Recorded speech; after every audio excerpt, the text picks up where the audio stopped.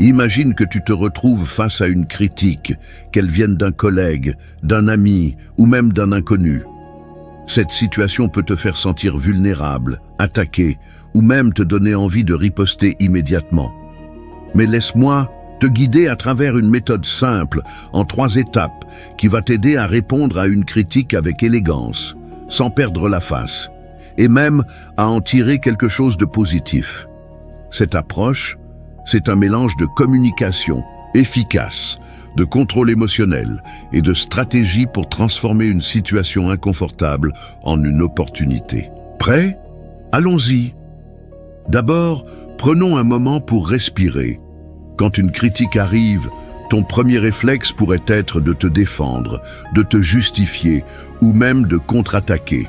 C'est humain, mais la première étape pour gérer une critique avec élégance, c'est de faire une pause et d'écouter vraiment. Oui, je sais, c'est plus facile à dire qu'à faire, surtout si la critique te semble injuste ou mal formulée.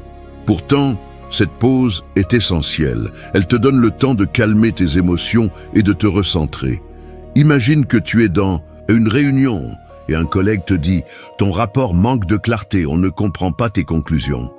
Au lieu de répondre tout de suite, prends une seconde, respire profondément.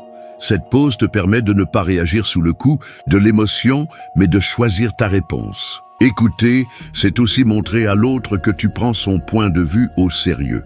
Tu n'as pas besoin d'être d'accord, mais tu montres du respect en laissant l'autre s'exprimer jusqu'au bout. Pose-toi cette question.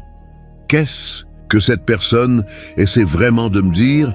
Parfois, une critique maladroite cache une intention constructive. En écoutant attentivement, tu captes non seulement les mots, mais aussi le ton, le contexte et peut-être même les émotions derrière.